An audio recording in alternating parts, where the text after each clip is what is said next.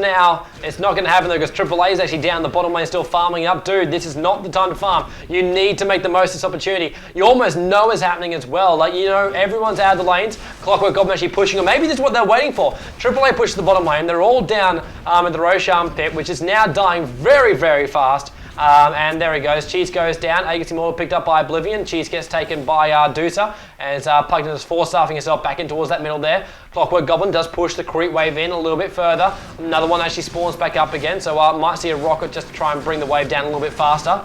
And now then comes in. So hits level 16 at the 44-minute mark. And there goes the rocket. And Windrunner is there to make sure they can take care of this one. Pugner, blast goes off. And that entire creep wave that A2 has been working on is just demolished. They want the kill too. Pugner's on the run. Pugner is so on the run. He goes force-staffing into Chromify, goes off, and great blink over the top there. Cog's holding them off. He needs to actually jump up high ground. He's still getting drained. He gets held in place. A2O takes a fall. Morphling is pushing the rest of his team on that bottom lane, so they might be able to actually get in and claim a Rax here for the price of the distraction of A2O, who's managed to bait the entire NirvanaCN side out of their main base. Glyph fires off. Will give them time to come back again. AAA do whatever damage he possibly can. Enchantress is the first on the scene. Wave goes over the top. Great damage! Oh, it's huge coming out from AAA. But now it's right back on top of him. Neck goes off. Finger goes off as well. Lion's in trouble. And he will actually die on the sides there. X is the one that claims the last hit there. Dropping off the ulti down the low ground from the Wish Doctor. Dusa is still just damaging him down. You can't go anywhere. Shackle Shot holding them in place. As, well, Dusa's there. You know you can't push it off there. Even with AAA claiming those 2 hits. Those 2 kills, it's not going to be enough, and now he's going to go for this bottom lane again. One wave will actually wipe this entire wave out almost, and then pops off his own Manta, and we'll take care of the rest of it there. But HY still hanging around. Dude, you remember what happened last time in all matches, and decides to actually fall back into the safety of his base. Yeah, we saw Ehome taking 2 kills, but they didn't manage to get the Rex, or they didn't even get the base tower. So this is still very, very difficult for them to be able to bounce back, because what Nirvana they need to do is basically just push top lane at the time when, so they wait. They push back the side lanes a little bit, so they push back mid lane and they push back bot lane just a little bit, just maybe across the river, and then it will push by itself. So when they then arrive at top lane, all 3 lanes are pushed. Excuse me. Apparently there's a call incoming from me. I'll be right back. That is absolutely fantastic. Bottom lane actually, Medusa actually picks up BTs now too, so able to move himself around the map a hell of a lot more freely. So able to push out these lanes and then TP where she's needed to. So not back to normal towers. She's on top of her too, so 2,500 hit points, straight back to full health, and half of her mana comes back from that one. So there's a lot of pressure, also pressure being applied towards the top lane. If we did see Pugner hang around there for a second longer, we would have seen Beastmaster right on top of it like a hot rash on a girl. Now we actually see Venomancer wards being dropped, keeping an eye on HY, who now runs himself into even more wards. Wants to have a go here at the Viper, but no, it's again. HY trapped in the cogs. Enchantress came in to try and give a bit of a hand, but they already claim his life, and that's 55 seconds. It's going to be 4v5 now, so the time for Ehome might shine soon. More falling back towards that bottom lane. Scardy now completed on top of him as well, so it's almost a mirror build, bar the butterfly switch over, with the Lethal Blade obviously being such a better item on the Morphling, but the cheese and the BTs are a little bit different as well. YS trying to hold off this top lane. Morphling still pushing out this bottom lane as fast as he possibly can. He probably has a fair amount of gold to actually still buy back as well, knowing it will be in his hands to buy back 2,300. So it's enough for one buyback to come out from AAA while he keeps his pressure on. The rest of his team go back in towards that middle lane, look for those extra ganks here. 15 seconds, and we will see HY back in here as well. So great to see on top of that one, and we will see Dusa fall out through this bottom lane. Or push out through this bottom lane while the rest of it's being pressured nicely. It's still a massive play here for the fact that NirvanaCN have actually managed to be contained as long as they have here by Ehome. Like, this is one hell of a long game. It's all going to come down to one big group fight in the end of who actually dies and is able to push in very, very hard. Deuce is doing the hard work on the bottom lane right now. Actually uses the cheese on the bottom lane. Rather surprising.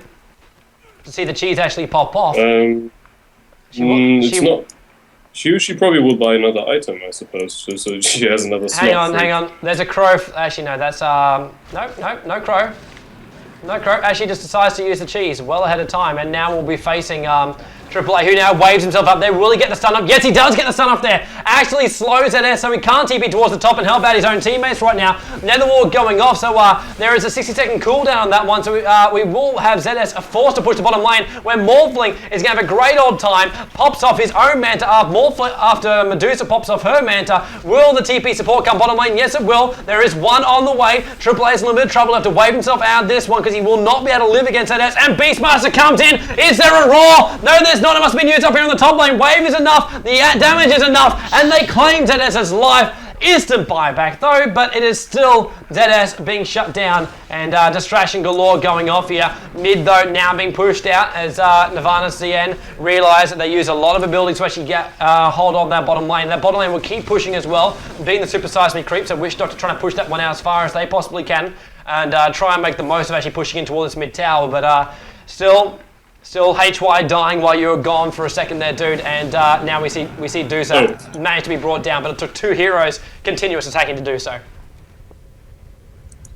Yeah, Dusa, though, she still has enough money for another buyback.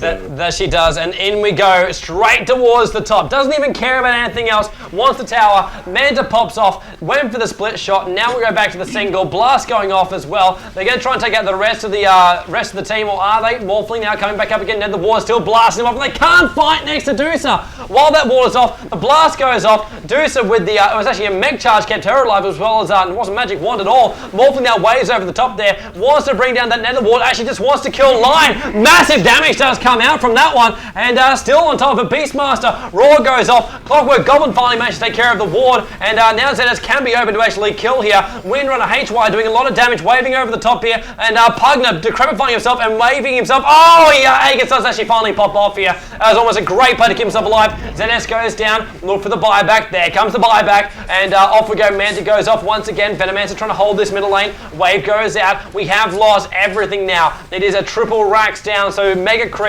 are on the field against the Ehome side. Can they hold it off? I have seen only one time have I seen a team actually come back from Mega Creeps, and Ehome have a long way to go, especially with that Dusa being on the front lines. It is possible they could pull it off, but it is still going to be one hell of a task to do so. So quick save. Yeah, Dusa is moving into the neutrals again, so she has. Oh god, okay, she has money for another buyback. Oh, there goes the lead. GG being called. Wow, that was a fast GG. They must have just thought, you know what, we could do this, or we could go to a third. In the end, I think they just must have opted to go to a third, because I actually still thought, like, at that point, you know you're facing Mega Creeps. And if you've ever played Dota, you know that is the worst possible thing that can ever, and one more, ever happen to you. As I said, only one time I've ever seen someone come back from that, and that's back when King Surf Malaysia were back in their prime. And that was at the Cyber Fusion tournament, and that was a freaking fantastic game. And that was just buyback central from both teams. But this time around, that Dusa was just way too beefy, Slash. Yeah, that was it's just you couldn't get close to her because she would split shot you to death, and if you didn't, she just stood there, tanked everything from afar, and killed your buildings one by one. Yeah. So there wasn't really much you could do about it. It was still an awesome play though from Ehome. Like, they're thinking, okay, what are we going to do? Let's target all the other heroes. And with AAA's damage, he did manage to bring down Pugner pretty fast. Lion was brought out of the mix pretty fast as well. And he managed to literally just target those guys off. But while that was happening, Deuce was doing the damage to their base. And that's where the Mega Creeps came from. That's where the push came from. And that's literally how the story ended. With the Mega Creeps being pushed about, and they said, all right, this is unwinnable. And GG'd it out. Yeah. Yeah, but we will be going to a third, this does mean, because obviously Ehome took the first one out. Now we see NirvanaCN hit back with a beautiful strat and coming off with the carrying Medusa. Will they be able to do it in the third, or will Ehome, what people basically do class as the best team in the world at the moment, will they be able to come out on top? We'll find out. Don't go anywhere. We'll be back in just a momento.